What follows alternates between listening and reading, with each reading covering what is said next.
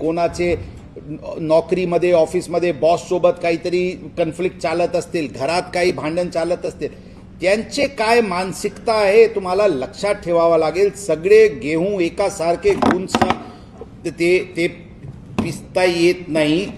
आपल्याला त्यांच्याशी चांगली वागणूक करणे अत्यंत गरजेचे आहे आणि त्यांचे स्ट्रेस लेवलचे आधारेवर त्यांचे कधी कधी अग्रेसिव्ह भूमिका तुमच्यासोबत असू शकते. तुम्ही जर जबाबदारीने वागले तर कधी कधी एक कदम शेरला पण मागे घ्यावा लागते.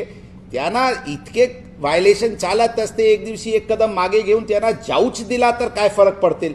तुम्हाला इगोमध्ये येऊन त्यांच्यासोबत भांडण करून तुमचे बीपी वाढवणे, त्यांचे बीपी वाढवणे, तुमचे तिथे भांडण होणे, ही कुठे योग्य आहे. ही आत्मपरीक्षणनी सुधारते. कोणी बुजुर्ग व्यक्ती आहे, कोणी महिला आहे, काही